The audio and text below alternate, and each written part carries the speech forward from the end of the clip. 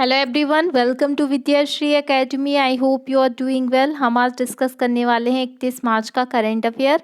शुरुआत करते हैं आज के थॉट से। आज का सुविचार है, आप अपनी साख इस बात से नहीं बता सकते कि आप क्या करने जा रहे हैं। स्टार्ट करते हैं आज का फर्स्ट क्वेश्चन। फर्स्ट क्वेश्चन है, बहुत ही महत्वपूर्ण है। वर्ल्ड बैंक के नए अध्यक्ष कौन बन चुके हैं? और ये इसलिए इतना चर्चा में रहा क्योंकि ये निर्विरोध चुने गए हैं। इनका नाम है अजय बंगा। वर्ल्ड बैंक जिसकी स्थापना 1945 को हुई थी, जिसे IBRD के नाम से भी जाना जाता है। तो इसके पहले जो वर्ल्ड बैंक के अध्यक्ष थे वो कौन थे? David Malpass. और अब उनके स्थान पे निर्विरोध रूप से चुने गए हैं अजय बंगा। तो ये आपको याद रखना है। सेकेंड क्वेश्चन की बात करते हैं तो एक इंटरनेशनल ऑर्गेनाइजेशन जिसका नाम है संघाई सहयोग संगठन, संघाई कोऑपरेशन ऑर्गेनाइजेशन SCO, इसका डायलॉग पार्टनर किसे बनाया गया है? डायलॉग पार्टनर मतलब ये संवाद भागीदारी वाला पार्टनर बनाया गया है जो है सऊदी अरब। अब देखिए यहाँ पर आपको इंटरनेशनल, अगर हम जियो पॉलिटिक्स की बात करते हैं तो USA हमेशा चाइना का विरोधी है। और चीन के लिए जो है, क्योंकि जो SCO है इसका हेडक्वार्टर कहाँ पर स्थित है? बीजिंग, चाइना में स्थित है। इसलिए चीन के लिए काफ़ी सहायक होगा सऊदी अरब के साथ डायलॉग पार्टनरशिप। तो SCO की बात करते हैं तो इसकी स्थापना कब हुई? 1996 में हुई। हेडक्वार्टर बीजिंग में है। और 2017 में भारत और पाकिस्तान दोनों ही SCO के मेंबर बने थे। ये क्वेश्चन भी आपसे पूछा जा सकता है कि SCO में वर्तमान में कितने देश शामिल हैं? तो अब वर्तमान में 9 देश शामिल हैं। 9वां देश बना है ईरान। 2022 में SCO की अध्यक्षता समरकंद उज्बेकिस्तान के द्वारा की गई। 2022 में। और 2023 में SCO की अध्यक्षता कर रहा है हमारा प्यारा भारत। इसलिए ये क्वेश्चन आपसे पूछा जा सकता है।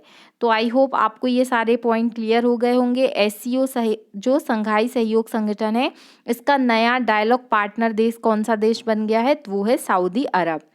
नेक्स्ट क्वेश्चन है, इंटरनेशनल शून्य अपशिष्ट दिवस, अंतर्राष्ट्रीय शून्य अपशिष्ट दिवस पहली बार कब मनाया गया? तो पहली बार जब भी करंट अफेयर में कोई चर्चा रहती है तो वो एग्जाम में डेफिनेटली पूछी जाती है। याद रखिएगा 30 मार्च को मनाया गया है। कौन सा डे है? अंतर्राष्ट्रीय शून्य अपशिष्ट दिवस। तो जो सस्टेनेबल डेवलपमेंट गोल है उसमें जो गोल नंबर 11 और गोल नंबर 12 है वो इससे रिलेटेड है। भारत में केवल 55% जो है वो क्या किया जा सकता है? कचरे का जो है प्रबंधन किया जाता है।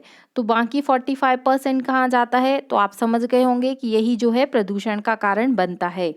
तो याद रखिएगा 30 मार्च को पहली बार कौन सा दिवस मनाया गया? अंतर्राष्ट्रीय शून्य अपशिष्ट दिवस मनाया गया है। आप मुझे कमेंट बॉक्स में लिखकर बताएंगे कि भारत ने कार्बन न्यूट्रल होने का जो टारगेट ईयर रखा है वो कौन सा रखा है। और अगर आप मार्च माह के इम्पोर्टेंट डेज भी बता सकते हैं तो ज़रूर लिखकर बताएं। नेक्स्ट क्वेश्चन है कि किस देश के द्वारा जीनोम रणनीति का प्रारंभ किया गया है? जीनोम स्ट्रेटेजी, जिसमें प्रॉपर जीनोम का सीक्वेंसिंग वगैरह रिकॉर्ड रखा जाएगा। तो ये स्टार्ट किया है संयुक्त अरब अमीरात ने। अब हम देख सकते हैं ये हैं अजय बंगा। और ये कौन कौन बन चुके हैं? ये अजय बंगा है। इनको एकदम याद कर लीजिए, ये प्रश्न आपसे पूछा जाएगा। और ये बन चुके हैं वर्ल्ड बैंक के हेड। क्या आपको पता है कि इसके पहले अजय बंगा किस कंपनी के हेड रह चुके हैं? तो ये मास्टर कार्ड के CEO भी रह चुके हैं। इसलिए इनका नाम याद रखना है। ये देख सकते हैं चीन की गोद में पहुंचे सऊदी अरब। इसका क्या मतलब है कि SCO का मेंबर, SCO का जो डायलॉग पार्टनरशिप है वो सऊदी अरब के साथ की गई है। और ये है international day of zero waste, जिसे मनाया गया है 30 मार्च को। और ये पहली बार मनाया गया है। नेक्स्ट क्वेश्चन है, बहुत ही महत्वपूर्ण है। ये आपको कॉन्सेप्चुअली पता होना चाहिए क्योंकि इसको लेकर बहुत सारी अफवाहें हुई हैं। NPCI, national payment corporation of India ने बोला है कि 2000 से अधिक अगर आप UPI के द्वारा लेन देन करते हैं तो कितना % सरचार्ज लगेगा? तो आंसर तो है 1.1%। लेकिन इसमें ऐसा नहीं है कि यदि आपने आपके अकाउंट से किसी और के अकाउंट में 2000 रुपये से अधिक पैसा ट्रांसफ़र किया है तो आपका 1.1% जो है पैसा कट जाएगा अकाउंट से। ऐसा नहीं है। एक्चुअली ये कॉन्सेप्ट जो लाया गया है NPCI के द्वारा, ये जो पेमेंट वॉलेट होते हैं, अगर जैसे पेटीएम का पेमेंट वॉलेट है, अगर वॉलेट के द्वारा ट्रांजैक्शन किया जाता है तो व्यापारी का 2000 से अधिक लेन देन पर 1.1% पैसा कटेगा। लेकिन बहुत सारे इसको लेकर जो है ऐसी अफवाहें उड़ाई गई कि अब पैसा लग जाएगा, अधिक सरकार वसूली करने वाली है, लेकिन ऐसा नहीं है। इसमें देखिए, आप देख सकते हैं UPI transaction of more than 2000 to be surcharge at 1.1% starting April 1। तो ये जैसे पैसा आपका अधिक हो जाता है तो कुछ लोग जो हैं डायरेक्ट बैंक के अकाउंट से ट्रांसफ़र ना करके आप फ़ोन पे के वॉलेट में या पेटीएम के वॉलेट में पैसा रख लेते हैं। तो आप जब वॉलेट के द्वारा ये ट्रांजैक्शन होगा 2000 रुपये से अधिक, तो जिस व्यापारी को आपने ये ट्रांजैक्शन किया है उसके द्वारा ये 1.1% कटेगा पैसा, ना कि अकाउंट से कटेगा। और वैसे भी आपको एक चीज़ और पता होनी चाहिए कि जो ट्रांजैक्शन होता है यूपीआई के द्वारा, तो वो 99.9% जो ट्रांजैक्शन होता है वो अकाउंट के द्वारा ही होता है, ना कि फ़ोन पे और बाकी सब वॉलेट के द्वारा। तो वैसे भी इसमें कोई आम आदमी को बहुत अधिक चिंता की बात नहीं है। और इतना अधिक गलत अफवाहें फैलाई गई कि एनपीसीआई के द्वारा एक नोटिस अलग से जारी किया गया कि UPI is free, fast, secure and seamless. तो ये आपको याद रखना पड़ेगा।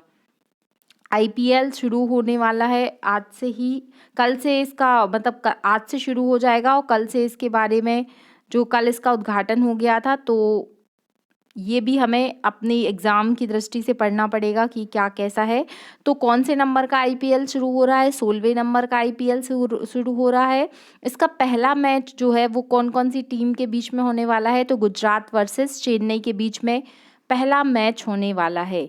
कब तक चलेगा? तो अगर हम डेट याद करें तो 30 मार्च से लेकर लास्ट मैच जो होगा वो 28 मई।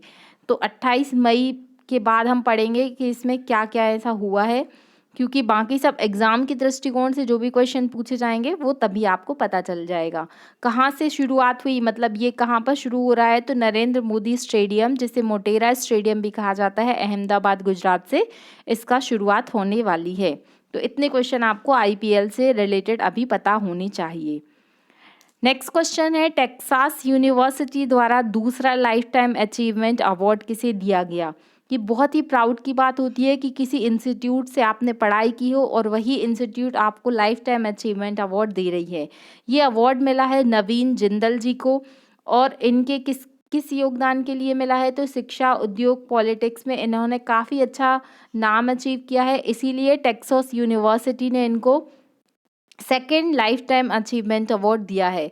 फर्स्ट जो लाइफ टाइम अचीवमेंट अवार्ड है ये किसको मिला? अगर आपको पता हो तो आप बता सकते हैं कमेंट बॉक्स में लिखकर।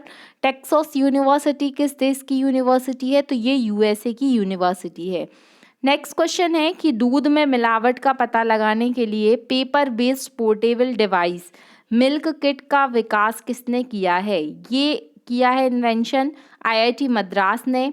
इसके द्वारा यदि दूध में किसी भी प्रकार की मिलावट होती है तो उसको क्या कर सकते हैं, हम उसका पता लगा सकते हैं।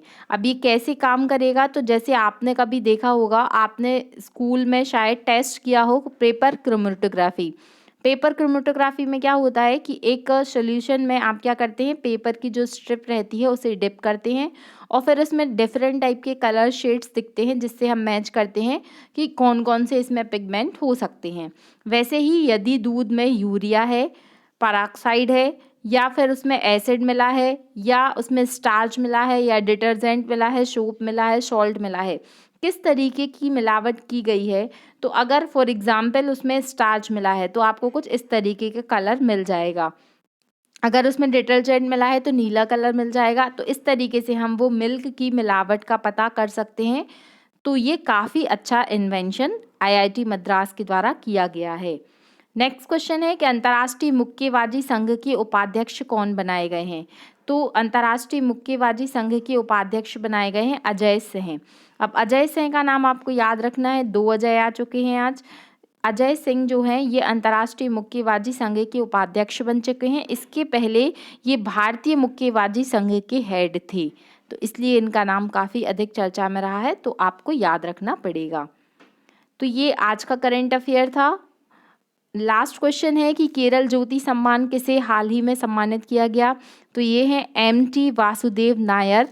आप जानते होंगे कि भारत में जिस तरीके से पद्मश्री, पद्म भूषण, पद्म विभूषण अवार्ड दिए जाते हैं। वैसे ही केरल ने अपने स्टेट अवार्ड लॉन्च किए थे, जिसमें केरल श्री, केरल ज्योति और केरल प्रभा, इस तरीके से 3 अवार्ड शुरू किए गए थे। तो जो केरल ज्योति सम्मान है ये मिला है वासुदेव नायर को, तो इनका नाम आपको याद रखना है। केरल के सीएम कौन है? वो है आरिफ मोहम्मद जी। आज का क्वेश्चन ऑफ द डे है कि हाल ही में सुंदरजा आम को जीआई टैग मिला है, तो ये मध्य प्रदेश के किस शहर में ये आम की प्रजाति मिलती है? ये आपको कमेंट बॉक्स में लिखकर बताना है।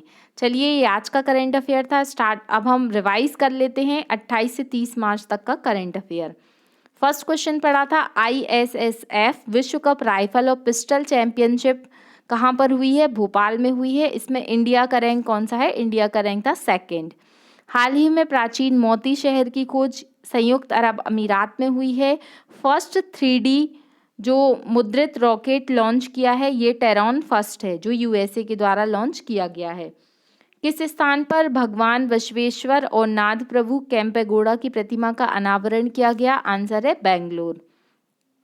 किस देश द्वारा पहला क्वांटम कंप्यूटिंग आधारित टेलीकॉम नेटवर्क प्रारंभ किया गया है? तो भारत के द्वारा ये शुरुआत की गई है। फोर्ब्स इंडिया ने लीडरशिप इवेंट में एंटरप्रेन्योर ऑफ द ईयर का अवार्ड किसे दिया है? वो दिया है ईसा अंबानी को। पहली शहरी क्लाइमेट फिल्म फेस्टिवल का आयोजन किसके द्वारा किया गया है? तो ये अमिताभ कांत के द्वारा शुरू किया गया है। नेक्स्ट क्वेश्चन है कि वन्यजीव संरक्षण पुरस्कार हाल ही में किसे दिया गया? तो आलिया मीर को दिया गया और ये जम्मू कश्मीर की रहने वाली हैं।